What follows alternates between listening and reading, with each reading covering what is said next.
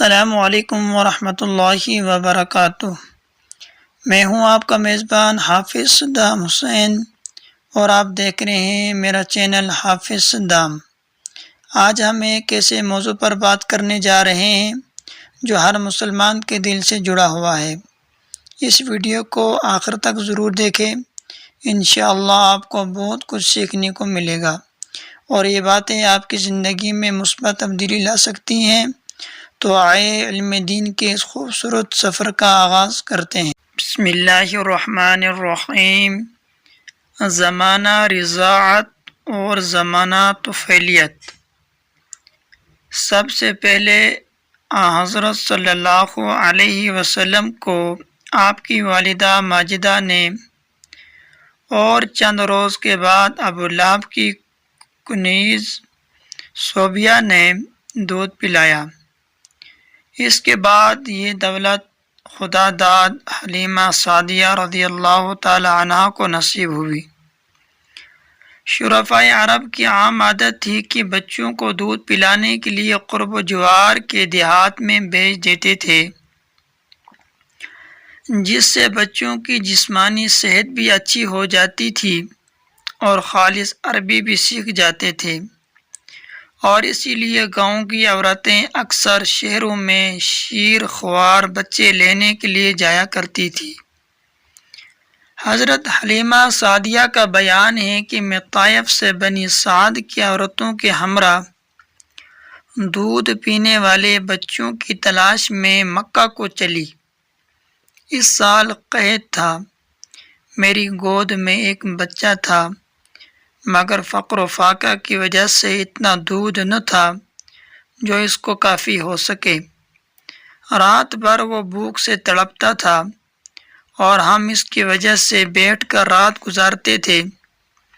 ایک اونٹنی بھی ہمارے پاس تھی، مگر اس کے بھی دودھ نہ تھا۔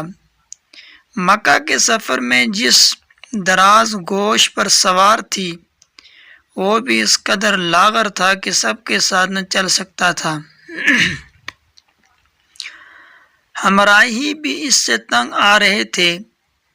بالآخر مشکل سے یہ سفر طے ہوا۔ مکہ پہنچے تو رسول اللہ صلی اللہ علیہ وسلم کو جو عورت دیکھتی تھی اور یہ سنتی تھی کہ آپ صلی اللہ علیہ وسلم یتیم ہیں تو کوئی قبول نہ کرتی، کیونکہ زیادہ انعام و اکرام کی توقع نہیں تھی۔ ادھر حلیمہ کی قسمت کا ستارہ چمک رہا تھا۔ ان کے دودھ کی کمی ان کے لیے رحمت بن گئی، کیونکہ دودھ کم دے کر کسی نے ان کو اپنا بچہ دینا گوارا نہ کیا۔ حلیمہ فرماتی ہیں کہ میں اپنے شوہر سے کہا کہ یہ اچھا نہیں معلوم ہوتا کہ خالی ہاتھ واپس جائیں، خالی ہاتھ سے بہتر ہے کہ اس یتیم کو لے چلوں۔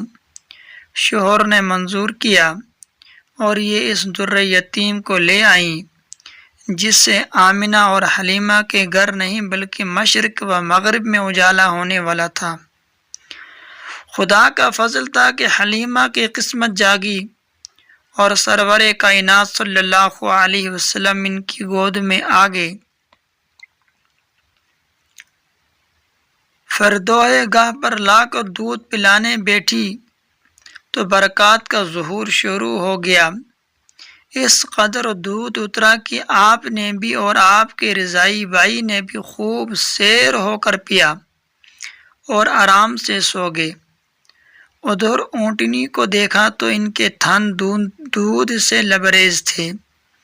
میرے شوہر نے اس کا دودھ نکالا اور ہم سب نے سیر ہو کر پیا اور رات بھر آرام سے گزاری۔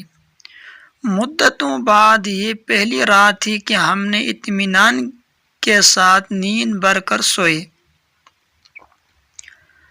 اب تو میرا شوہر بھی کہنے لگا کہ حلیمہ تم تو بڑا ہی مبارک بچہ لائی ہو۔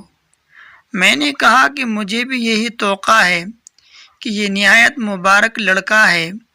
اس کے بعد ہم مکہ سے روانہ ہوئے۔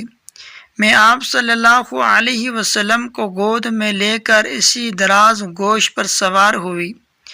مگر اس مرتبہ خدا کی قدرت کا یہ تماشا دیکھتی ہوں کہ اب وہ اتنا تیز چلتا ہے کہ کسی کی سواری اس کے گرد کو نہیں پہنچتی۔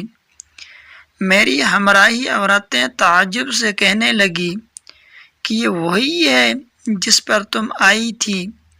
الغرض راستہ قطع ہوا، ہم گھر پہنچے، وہاں سخت قحط پڑا ہوا تھا، تمام دودھ کے جانور دودھ سے خالی تھے، لیکن میرا گھر میں داخل ہونا تھا اور میری بکریوں کا دودھ سے بھرنا۔